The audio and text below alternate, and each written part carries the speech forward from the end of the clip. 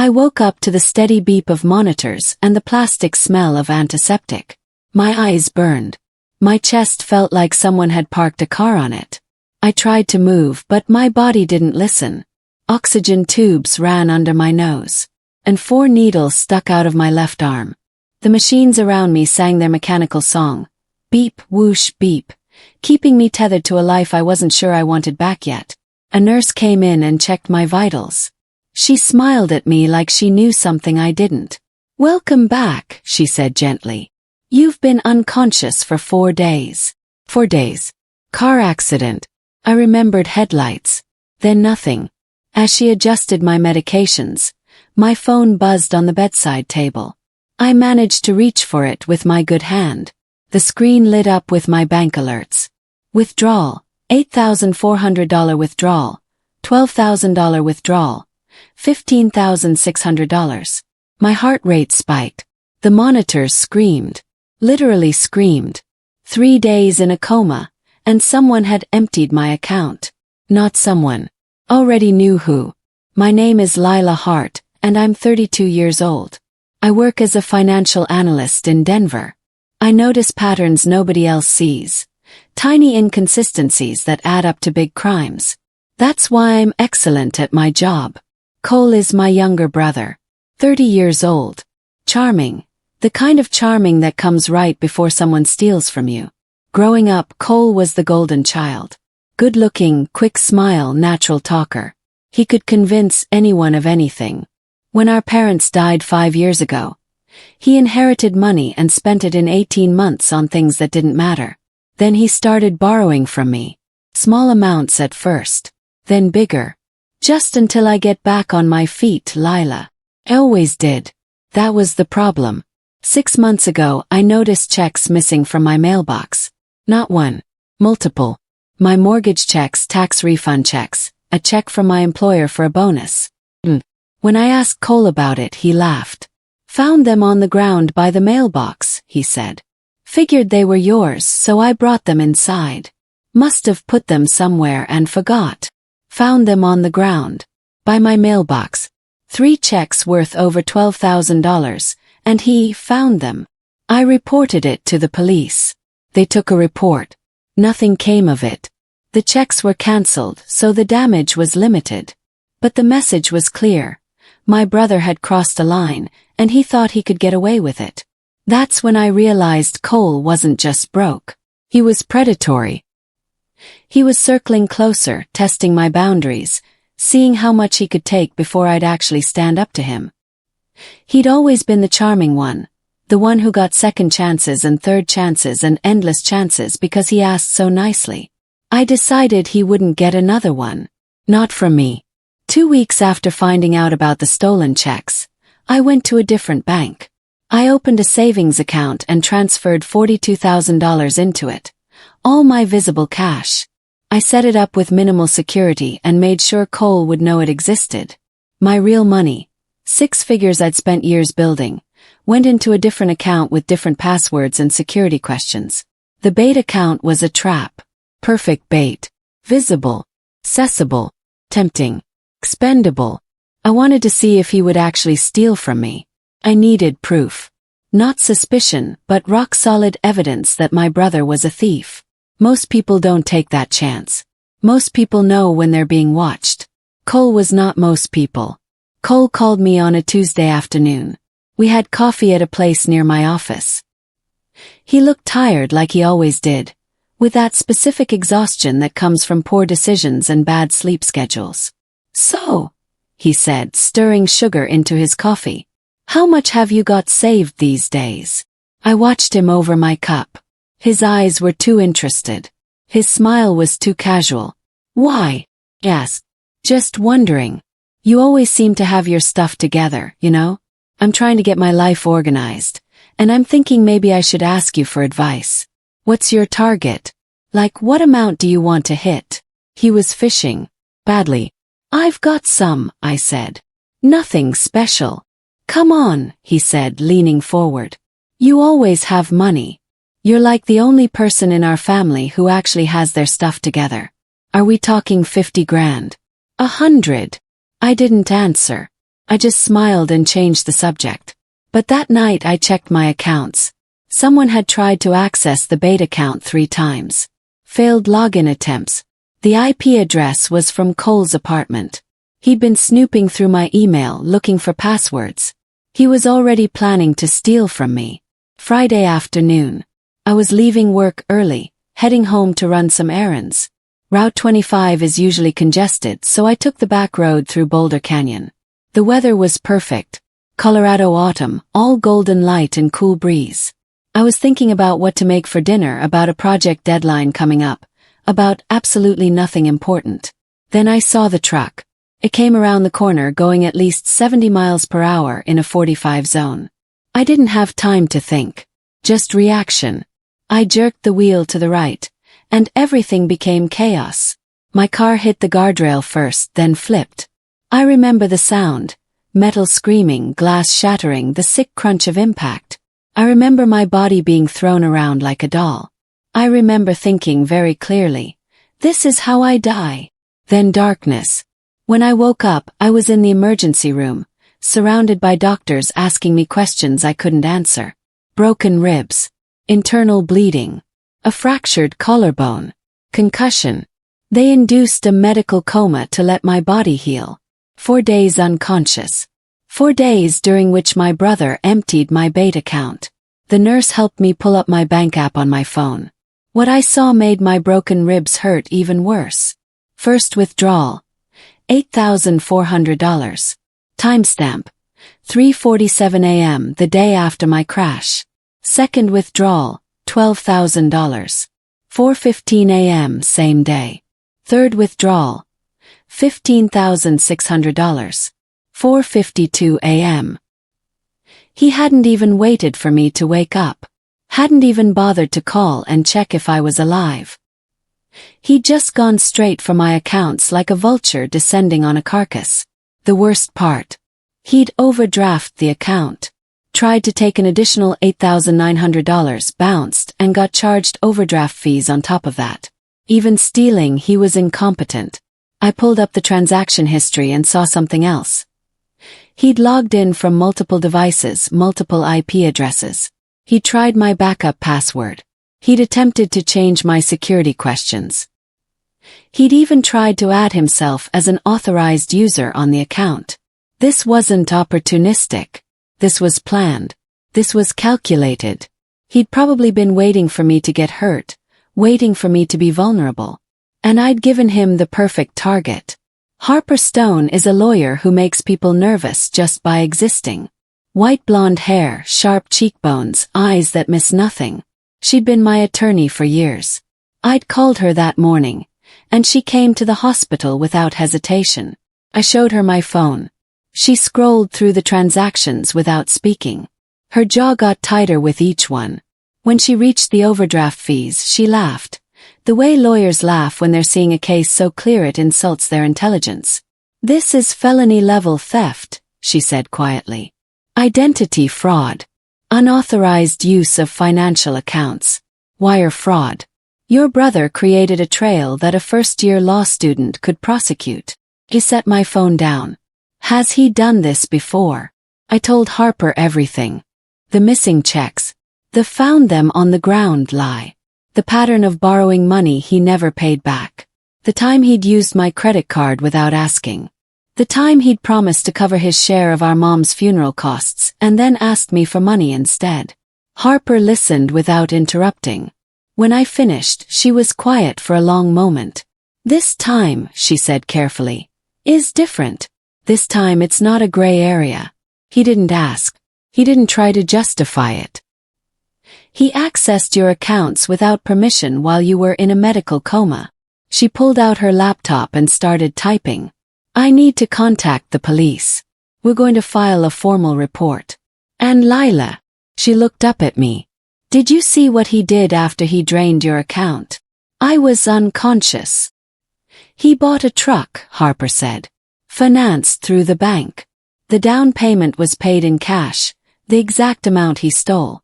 He posted about it on social media 4 hours later. He literally left a flashing neon sign pointing at his crime. I felt something cold settle in my chest.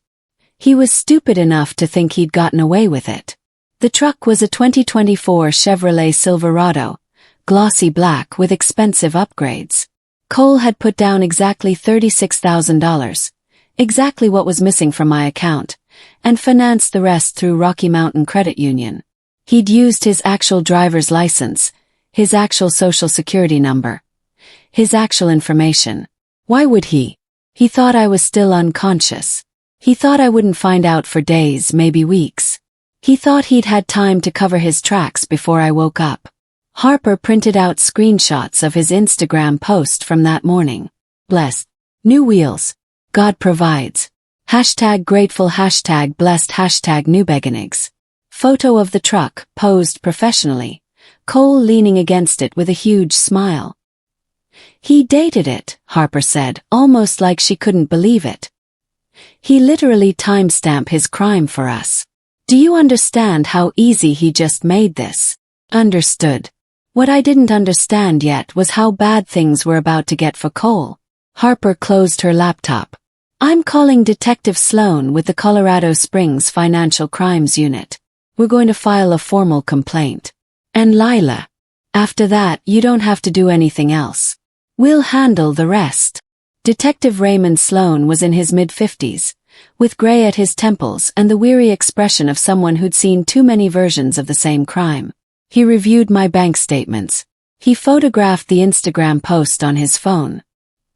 He took notes in a small leather notebook, his handwriting precise and methodical. When he finished reading, he looked up and shook his head. This is open and shut, he said. I've got transaction records showing unauthorized access from multiple devices. I've got the exact dollar amounts matching the truck purchase. I've got a social media confession. I've got overdraft fees showing intent. This is as clean as financial crime gets. So what happens now? Yes. We bring him in for questioning. We present the evidence. Usually suspects lawyer up and we go through the process. But in cases this clear, Sloan closed his notebook. Most people confess. They see the wall of evidence and realize they're not getting out of it. He stood to leave, then paused. Has he contacted you since the accident? Check my phone. No calls. No text. Nothing. Interesting, Sloan said. Most people try to play dumb, act shocked, deny everything. Your brother's gone radio silent. That's actually more damning than a confession. He gave me his card and told me not to speak to Cole about any of this. We'll be visiting him within the hour, he said. The notification came through at 3:47 p.m. Cole had posted a new Instagram story. Blessed. New wheels. God provides. #grateful, #blessed, #new beginnings, #truck life. But this time the caption was different. The photo was different. He was standing in front of the truck, posed like he'd just won something. His smile so wide it looked fake. And then, underneath the new post, his girlfriend had commented, "Finally. You worked so hard for this, babe. So proud of you. Worked so hard." He'd literally stolen the money while I was unconscious, and he was bragging about it publicly, and his girlfriend was praising him for his hard work. I screenshotted everything. Harper, who was still in my room, looked at the photo and just laughed. He's making our job even easier, she said. This is evidence of consciousness of guilt. He knows he did something wrong, and he's overcompensating by bragging about it to prove to himself and everyone else that he earned it. My phone buzzed again. A text message from an unknown number. Detective Sloan. We've made contact with your brother. He's agreed to come in for a voluntary interview tomorrow morning. I wanted you to know before the news hits. Tomorrow morning. This was really happening. Harper sat on the edge of my hospital bed. Before we proceed, she said, I need to know what you want. What do you mean? I mean, do you want to press charges? Do you want prosecution, civil restitution, or both? Do you want him to go to jail, or do you want him to pay you back and stay out of your life? This is your decision, Lila. Not mine. Not the detective's. Yours. Thought about it. I thought about Cole's charming smile. I thought about all the times he'd asked for money and I'd given it. I thought about our parents who would have wanted us to stay close, stay together, stay family. But they weren't here. And Cole had crossed a line I couldn't uncross. I want him to face consequences, I said quietly. Real consequences. Not the kind where he gets a slap on the wrist and a promise to do better. I want him to understand that actions matter. Harper nodded like she'd expected that answer. Then here's what I'm thinking, she said. Let him have his interview with Detective Sloan. Let him think he's going to talk his way out of this. Let him believe his charm is going to work one more time. And then we hit him with everything. The full weight of the law. No deals. No leniency. He's going to face the consequences he earned. I felt something shift inside my chest. Something hard and clear and certain. Do it, I said. Before Cole's interview, I made one call to Detective Sloan. I want the bait account frozen, I told him. Immediately. Don't let him know it's frozen. Let him think he got away with it. Let him think he's in the clear. Why? Sloan asked. Because, I said, I want to see what he does when he thinks nobody's watching. Sloan was quiet for a moment. Then, that's smart. Really smart. The account is frozen as of right now. Harper gave me an approving nod. He's going to come looking for that money, she said. He's going to realize it's gone. And he's going to panic. When people panic, they make mistakes. That night, alone in my hospital bed with the monitors beeping their mechanical song, I waited. And then, at 11:47 p.m., my phone buzzed. It was a text from Cole. Hey. Glad you're awake. Hope you're doing better. Listen, you probably don't remember, but you owe me like $2,000. Just figured I'd remind you when you get home. Let me know when you can pay me back. Thanks. I read it 3 times. He was claiming I owed him money. $2,000. While I was still in the ICU with broken ribs and internal bleeding. He was demanding payment. The sheer audacity of it made me feel sick. Harper had stayed late. And I showed her the message immediately. She photographed it on her phone. This is important, she said. This shows consciousness of guilt. He's trying to preempt any accusation by getting his version of the story out first. It's textbook manipulation. But there was something else. Something that made the message even more incriminating. Harper noticed it at the same time I did. Why would he text you that he owed you money, she said slowly. If he thought you had no idea what happened to your account. I dialed Cole's number and put him on speaker. Hey, he answered, his voice artificially bright. You're up. How are you feeling? I'm okay, I said carefully. A little sore. Confused about a lot of things. Yeah man, that's rough. That accident was no joke.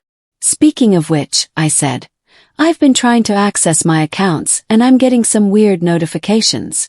Do you have any idea what's going on? There was a pause. Long one. What kind of notifications? Bank notifications. Money disappearing. Do you have any idea? Look, he interrupted, his voice changing. Got faster, higher, defensive. Do you still have money left? Like in other accounts? There it was. The admission. The question that proved everything. I didn't answer. I just hung up. Harper was already on her phone, calling Detective Sloan. He just admitted it, Harper said into the phone. No, not directly. But he asked if she had money left in other accounts. That's consciousness of guilt. He's checking to see if she's about to cut him off completely. Felt calm. Eerily calm. Like I'd reached some point beyond anger, beyond hurt, into a space where I could think clearly. There's more, Harper said. We need to talk about the hospital incident. Detective Sloan came back to my hospital room with a grim expression. Your brother tried to access your medical records, he said without preamble. I felt my stomach drop. What? 2 days ago while you were still in the coma. He called the hospital, claimed to be your spouse, and demanded to know your prognosis. He specifically asked how long you'd be unconscious. The hospital flagged it because you don't have a spouse. They checked the number he called from. It was his cell phone. Harper's face had gone completely still. He wanted to know how long you'd be out, she said quietly. He wanted to make sure he had enough time to steal from you without you waking up and stopping him. There's more, Sloan said. He also tried to add himself as an authorized user on one of your accounts. The request was automatically denied, but it shows premeditation. This wasn't opportunistic theft. This was planned. Closed my eyes. My own brother had calculated exactly how long he had to rob me blind before I regained consciousness. What happens now? Asked. Now, Sloan said, we bring him in. Harper filed a formal demand letter with the county clerk's office. It was delivered to Cole's apartment on a Tuesday morning, printed on official letterhead, stamped with the weight of legal authority. To Cole Eric Turner. This letter serves as formal notice that you are required to return the sum of $36,000, stolen from account ending in 4387, within 48 hours of receipt of this letter, along with all interest, fees, and costs incurred as a result of your theft. Failure to comply will result in immediate prosecution for felony theft, identity fraud, unauthorized use of financial accounts, and wire fraud. These are serious federal crimes that carry sentences up to 15 years imprisonment. A copy of this letter has been filed with the Colorado Springs Police Department and the Financial Crimes Unit. You have 48 hours. Harper L. Stone, attorney at law. I imagine Cole's face when he opened that envelope. I imagine him reading the words and realizing, finally, that this was real. That he couldn't charm his way out of this. That his own sister had set a trap and he'd walked straight into it. He showed up at my apartment at 9:47 p.m. I was home from the hospital by then, still moving slowly, still in pain, but functional enough to get around.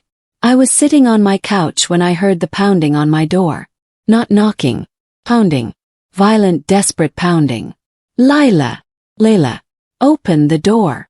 I turned on my phone camera and positioned it by the peephole. Whatever happened next, I was recording it. Open the door. Cole stood there, face red, eyes wild. Hair disheveled like he'd been running his hands through it obsessively. What the hell is this? He demanded, waving the demand letter. Why did you sick your lawyer on me? We're family. You stole from me while I was in a coma, I said calmly. I didn't steal. You know me, Lila.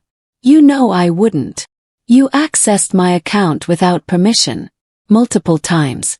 From multiple devices. You took $36,000. You tried to take more. You asked about my medical status so you'd know how long you had to rob me. He stepped into the apartment, uninvited. This is insane, he said. You're being crazy. I can explain everything. Just cancel the lawyer. We can work this out. We're family. We don't need lawyers and cops involved in family business. It stopped being family business when you committed felony theft, I said. That's when he said it. The sentence that would end him. Cole pointed at me, and his voice dropped into something cold and reasonable, like he was explaining basic math to someone slow. It's not stealing if it's family, he said. Family helps family. You help people. That's what you do. You've always done it. So it's not stealing. It's just taking what I needed. I watched him while my phone recorded every word, every gesture, every inflection of false justification. You thought, I said slowly, that because I've helped you in the past, I'd given you blanket permission to drain my accounts without asking. Exactly. You get it now. I don't get it, I said. What I get is that you're a criminal. And now I have you saying so. His face went pale. He realized what I'd done, what he'd said. The moment I turned my phone around and showed him the recording app, still running, still documenting his confession. No, he whispered. No. You can't. You can't use that. Harper can, I said. And she will. Detective Sloan obtained a warrant for Cole's home on Thursday morning. The police showed up at 7 a.m. with a search warrant, a police escort, and the kind of official authority that doesn't allow for argument or delay. They found things. The truck, obviously. Still in his parking spot. Still registration papers fresh in his name. Funded with my stolen money. But they also found other things. Luxury electronics. A MacBook Pro, an iPad, wireless headphones. All still in original boxes. All purchased with my money. All traceable to the day and time of the transactions. Designer shoes he'd never worn. A watch that cost more than most people's monthly rent. Video game equipment. And fitness gear. He'd spent my money like someone who thought they'd won the lottery. The police photographed everything. Catalogued everything.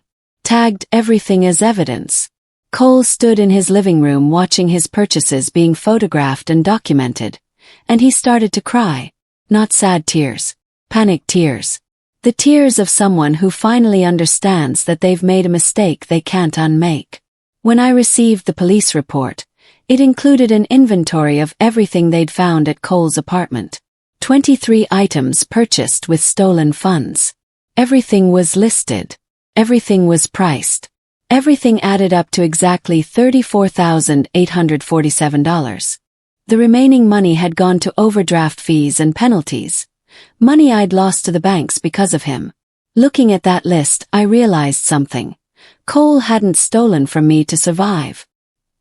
He hadn't stolen because he was desperate or hungry or facing homelessness. He'd stolen to impress himself. To surround himself with things he thought meant something. To prove to himself and anyone looking that he was successful. And every single item was a confession. Harper showed the list to the prosecutor, and they added additional charges. Wire fraud for the online transactions, possession of stolen goods, and money laundering, the attempts to hide the funds through purchases. What had started as one felony charge was now 7 felonies. Cole went from thinking he'd gotten away with something to facing potential federal prosecution. Cole's interview with Detective Sloan lasted 6 hours. According to the police report, he started by denying everything. Then he tried to justify everything. Then he blamed stress, loneliness, depression, the universe being unfair to him. When all of that failed, he blamed me. Lila always acts like she's better than me, he reportedly said. She's always flaunting her money, always making me feel stupid and poor.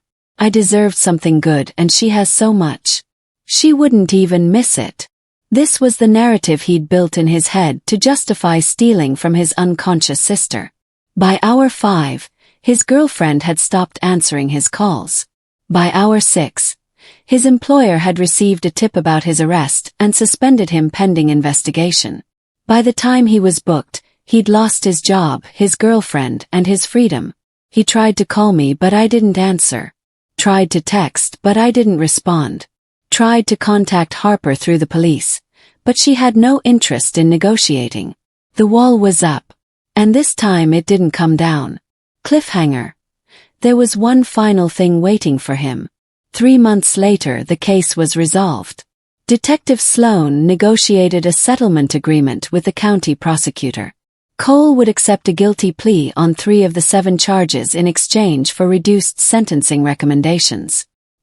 He pled guilty to felony theft, identity fraud, and wire fraud. The judge sentenced him to 3 years in state prison, with an additional 5 years of probation following his release. Restitution was ordered immediately. Full repayment of the stolen $36,000, plus damages of $18,000, plus all court costs and prosecution fees.